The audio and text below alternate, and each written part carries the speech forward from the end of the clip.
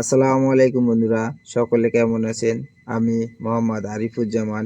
প্রতিদিনের মতো আজও একটি বিষয় নিয়ে আমি আপনাদের সামনে হাজির হয়েছি।